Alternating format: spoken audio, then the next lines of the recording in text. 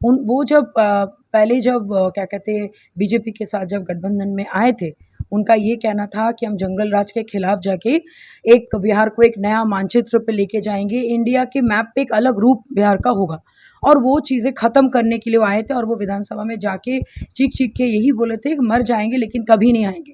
अपने कुर्सी, अपने ओहदे, अपने जो भी एक एज अ सीएम जो भी उनको फैसिलिटीज़ मिलता है उनको छोड़ के इस एज में जाके उनको कुर्बान करके कुछ और करने का मन नहीं है। अगर वो सच में हमारे स्टेट के लोगों के बारे में वो सोचते तो शायद आज छवि कुछ और होती। हेल्थ के इश्यूज़ में तो आप कोई भी गवर्नमेंट हॉस्पिटल का, प्राइवेट हॉस्पिटल कहीं पे भी जाइए, सिर्फ पैसे का खेल है। डॉक्टर्स अच्छे होते हुए भी अच्छे डॉक्टर्स यहाँ से बाहर चले जाते बिकॉज पूरा सिस्टम खराब है। कोविड के टाइम पे भी हमने देखा कि कैसे ऑक्सीजन सिलेंडर की बिक्री होने लगी। बहुत सारी ऐसी चीज़ें हैं जो धीरे धीरे करके जनता को फ्रस्ट्रेट करते गए। Thanks to our honourable national president Chirag Paswan ji, जिन्होंने एटलीस्ट उनमें इतनी गट्स है, उनमें इतना बड़ा विजन है। कहते हैं ना कि पेट में विद्या और दिमाग में बुद्धि जिनका होगा वही राज करेगा, वही चीज़ों को बहुत ही बैलेंस तरीके से हैंडल करेगा, and he is one of them.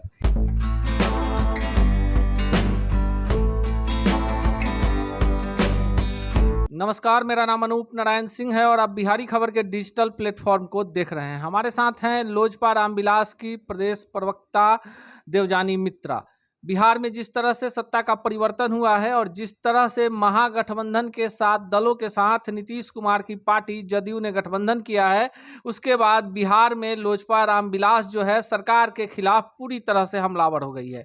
Party के नेता चिराग पासवान ने घोषणा कर दी है कि अब लड़ाई आर पार की होगी और कार्यकर्ताओं ने अगले मुख्यमंत्री के रूप में युवा चेहरे चिराग पासवान के नाम की घोषणा भी कर दी है। देवजानी मित्रा जी से जानते हैं कि बिहार में सत्ता परिवर्तन के बाद से लोजपा रामविलास की अगली रणनीति क्या होगी, बिहार की आम आवाम में कैसा माहौल है और पार्टी कैसे लोगों का विश्वास जीत पाएगी। सबसे पहले आपका स्वागत। धन्यवाद आपका। सबसे पहले तो अभी जो रिसेंट परिवर्तन हमारे इतने सडनली हुआ है, जिसके लिए कोई भी बिहार की जनता रेडी नहीं थी। ऑलरेडी जनता ने उनको स्वीकारा था, जिस चीज़ के अगेंस्ट उन पार्टी के साथ वो जाके मिलके अपना महागठबंधन में दोबारा सरकार बनाई। हर बार एक ही चीज़ देखा जा रहा है कि कोई भी सरकार आए, कोई भी किन्हीं के साथ भी वो गठबंधन करते हैं, हर बार वही चीफ मिनिस्टर बनते हैं। चीफ मिनिस्टर बनना अलग बात है और चीफ मिनिस्टर की जो दायित्व है, जो रिस्पॉन्सिबिलिटीज़ है, उनको पालन करने का जो जिम्मेदारी है, वो कहीं ना कहीं उनको हम लोग एज अ विकास पुरुष के हिसाब से जानते हैं। उनका नाम माने हम लोग हमेशा बोलते हैं, लेकिन अगर आप ऑनेस्टली देखें, कल भी एक न्यूज़ में आया था कि छपरा में 5 लोगों की मौत हो गई शराब पीने के कारण। सवाल पे आएंगे जी जी। तो कुछ ना कुछ आए दिन कुछ ना कुछ घटनाएं घट ही रही है 17 सालों से। वो जब पहले जब क्या कहते हैं बीजेपी के साथ जब गठबंधन में आए थे, उनका ये कहना था कि हम जंगल राज के खिलाफ जाके एक बिहार को एक नया मानचित्र पे लेके जाएंगे, इंडिया के मैप पे एक अलग रूप बिहार का होगा। और वो चीज़ें ख़त्म करने के लिए वो आए थे और वो विधानसभा में जाके चीख के यही बोले थे कि मर जाएंगे लेकिन कभी नहीं आएंगे। लेकिन सडनली ये बदलाव आया, और ये क्यों आया आप सबको समझ में आ गया कि उनको सिर्फ और सिर्फ अपने कुर्सी, अपने ओहदे, अपने जो भी एक एज अ सीएम जो भी उनको फैसिलिटीज़ मिलता है उनको छोड़ के इस एज में जाके उनको कुर्बान करके कुछ और करने का मन नहीं है। अगर वो सच में हमारे स्टेट के लोगों के बारे में वो सोचते तो शायद आज छवि कुछ और होती। मेरा कम से कम सोचिए, बिहार में 9 से 10 साल हो गया। मैं 2009 में बिहार में आई थी, एज एन एंटरप्रेन्योर में आई। मैं काम करते गई और बहुत स्ट्रगल फेस किया एज अ वुमन। ऐसा नहीं कि लोगों ने तुरंत अपना लिया, बहुत कुछ सुना कास्टिज्म के बारे में, यहाँ पे लोग कैसे क्या कहते हैं, एजुकेशन सिस्टम कितना करप्ट है। हेल्थ के इश्यूज़ में तो आप कोई भी गवर्नमेंट हॉस्पिटल का, प्राइवेट हॉस्पिटल कहीं पे भी जाइए, सिर्फ पैसे का खेल है। डॉक्टर्स अच्छे होते हुए भी अच्छे डॉक्टर्स यहाँ से बाहर चले जाते बिकॉज पूरा सिस्टम खराब है। कोविड के टाइम पे भी हमने देखा कि कैसे ऑक्सीजन सिलेंडर की बिक्री होने लगी। बहुत सारी ऐसी चीज़ें हैं जो धीरे धीरे करके जनता को फ्रस्ट्रेट करते गए। एंड फाइनली जब उनके ही क्या कहते हैं टीम मेंबर्स, जब उनके ही इतने इम्पोर्टेंट क्या कहते हैं जो नेता हैं, आरसीपी सिंह ने जब कोई कदम उठाया तो तुरंत उनको रेजिग्नेशन देना पड़ गया और उनके खिलाफ दुनिया भर की साजिश या फिर आपके खिलाफ ये मिला वो मिला XYZ जो भी है, ये एक कहीं ना कहीं ये दर्शाता है कि जब बुरा वक्त आता है तो ये सारी घटनाएं घटती हैं और वो फिर वही काम किए जो आज से 17 सालों से वो करते आ रहे हैं, बार बार अपने पार्टीज बदलना, दूसरों के साथ फिर से गठबंधन में आना, ये उनकी एक कैरेक्टर का एक पार्ट बन गया है। अगर वो सही में देश के बारे में सोचते, अगर वो सही में राज्य के बारे में सोचते तो आज छवि उनकी दूसरी होती। अब देखिए सवाल इसी में सवाल है कि नीतीश कुमार का एक बैनर लगा है पटना में, खासा आकर्षण का केंद्र है, लिखा हुआ है कि नीतीश सबके हैं। अब बताइए कि नीतीश बिहार के लिए जरूरी है, मजबूरी है या बोझ है? अगर मैंने जिस दायित्व के दायरे में रह के मैं आपसे बात कर रही हूँ, अगर उस दायित्व से बाहर जाके अगर मैं एज अ बिहार के सिटीजन अगर बात करूँ, तो मैं जब आम आदमियों से बात करती हूँ, मेरे दोस्तों से, बहुत सारे जाने माने लोगों से या नॉर्मल लोगों से, ऑटो वाले, रिक्शे वाले, जिनके साथ हम लोग रोज मिलते हैं, उनका ये कहना है कि ये तो होना ही था, एंड वो लोग हंसने लगते हैं। तो कहीं ना कहीं ये बोझ ही समझिए कि हम लोग उनको बहुत इज्जत देते, रिस्पेक्ट करते हैं, उनकी उम्र की वजह से उन्होंने 8 बार CM बन के वो बच्चों के किताब में क्वेश्चन मार्क के हिसाब से आंसर तो उन्होंने ले लिया कि 8 बार मुख्यमंत्री कौन बने, ना बिहार के नीतीश कुमार जी बने। लेकिन जब सवाल इलाबोरेट किया जाएगा तो बच्चे भी कंफ्यूज हो जाएंगे, वो लोग बोलेंगे अच्छा हमारे माननीय मुख्यमंत्री जी कैसे बने। तो ये सारी चीज़ें बहुत कॉम्प्लिकेटेड मतलब हो गया है हमारे बिहार के जनताओं के लिए। इवन हम लोग भी रोज सोचते हैं कि आखिर लोगों को ये समझ क्यों नहीं आ रहा है कि विकास कहीं हुआ ही नहीं। आप देख लीजिए ना, इतने 10 साल आगे सब चीज़ वहीं का वहीं है। कुछ गिने चुने मॉल आने से इंडस्ट्री नहीं आती है, रोजगार नहीं आता। मेन है रोजगार। अगर आप एम्प्लॉयमेंट ही क्रिएट नहीं कीजिएगा, अगर आप एम्प्लॉयर्स जो नौकरी देने वाले उनको ही आप अपने प्रदेश में जगह नहीं दीजिएगा, बुलाइएगा नहीं, इंडस्ट्री नहीं खड़ा कीजिएगा, तो कहाँ से आगे रोजगार बढ़ेगी? आप अगर अच्छा एक हेल्थ प्लान अगर आप लेके नहीं आइएगा, लोगों को बताइएगा नहीं प्रिवेंटिव मेडिसिन के बारे में, बहुत सारी ऐसी चीजें हैं लोगों को जानना जरूरी है।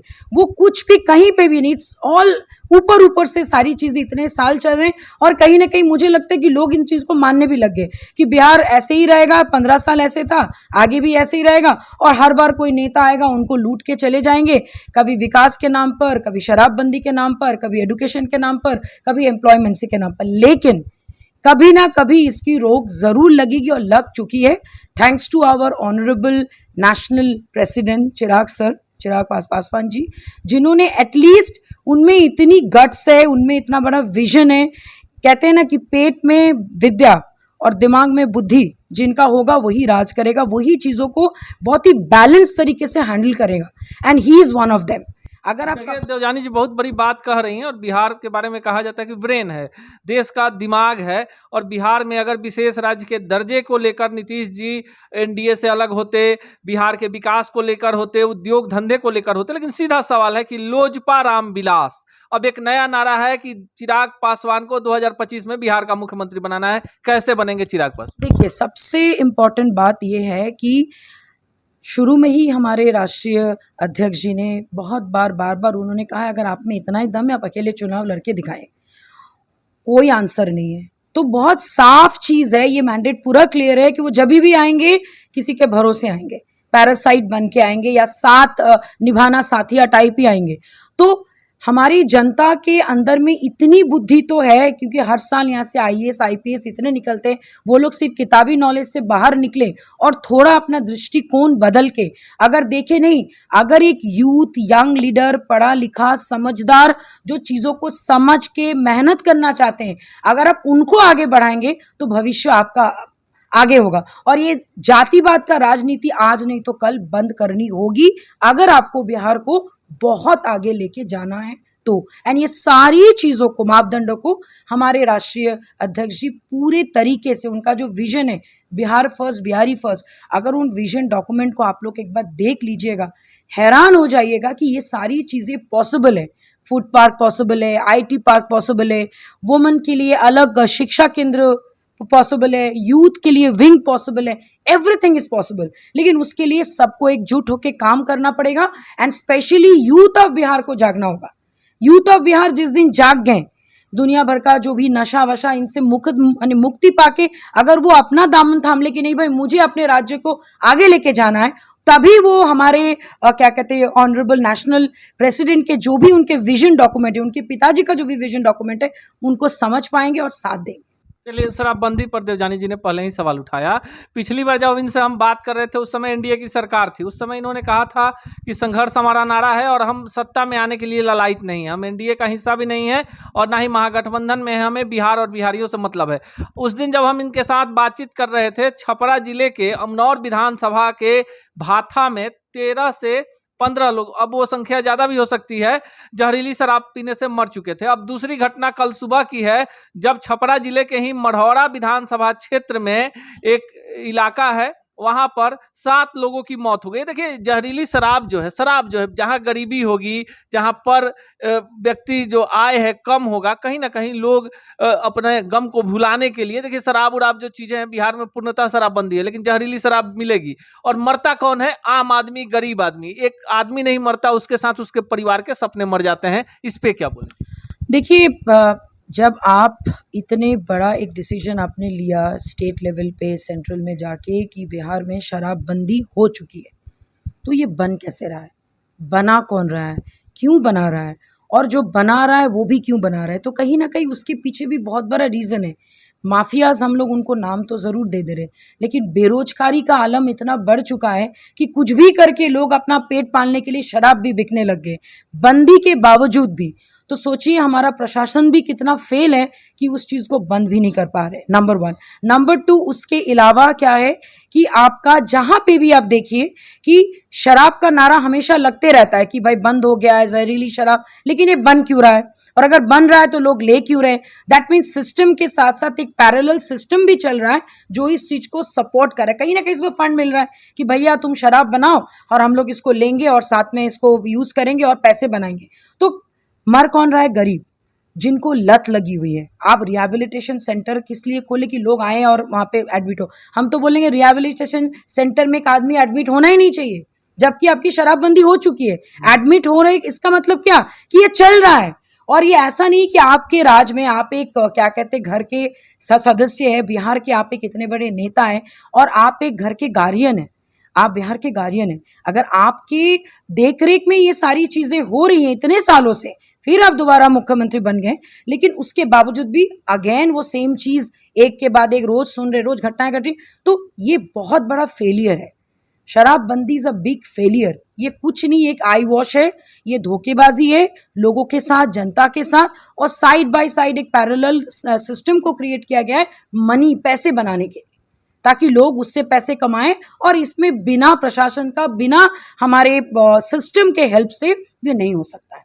चलिए, आखिरी सवाल, बिहार का विकास कैसे होगा? बिहार का विकास तभी होगा जब लोगों की माइंडसेट बदलेगी कि नहीं अब हमें चेंज चाहिए। क्यों हर बिहारी हमेशा, मैं किसी से भी पूछती हूँ, हर साल आपको पता ही है कि मैं टैलेंट कॉन्टेस्ट करती हूँ, हर बार बच्चों का एक ही सवाल होता है, मैम बाहर कुछ करवा दीजिए। मैं हमेशा बोलती हूँ नहीं, करोगे तो यहीं पे रह के करना पड़ेगा, ताकि आप अपने आप में गर्व महसूस करो कि आप एक बिहार से हो, बिहारी हो, और आप चीज़ों को आगे लेके जा रहे हो। जब मैं बंगाल से होते हुए भी मैं बिहार में बस के, शादी करके यहाँ पे बस के सारी चीज़ों को समझ रही हूँ, एंड यकीन मानिए लोगों में बहुत टैलेंट है, बहुत बुद्धि है, लेकिन उनको गुमराह करना भी उतना ही आसान है, क्योंकि कहीं ना कहीं हम लोग बहुत इमोशनल भी हैं। बिहारीज आर वेरी इमोशनल, और उस इमोशन का फायदा हर बार कोई ना कोई नेता उठा ले रहा है। वही चीज को बंद करने के लिए एक ठान लेना होगा, सबको एक साथ बोलना होगा, बिहार फर्स्ट, बिहारी फर्स्ट, तभी इस चीज का, तभी इस राज्य का विकास संभव है।